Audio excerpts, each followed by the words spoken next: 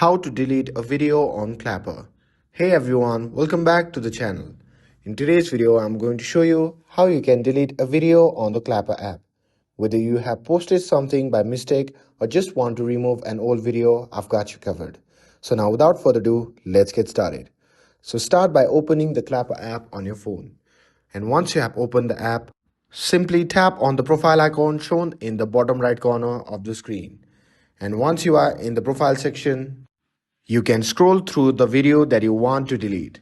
And once you have located the video, simply tap on it to open it so you can access the option to delete it. Now look for the three dot icon in the screen and simply tap on it. And after tapping on that, a pop-up menu will appear. From that menu, simply tap on the option labeled delete.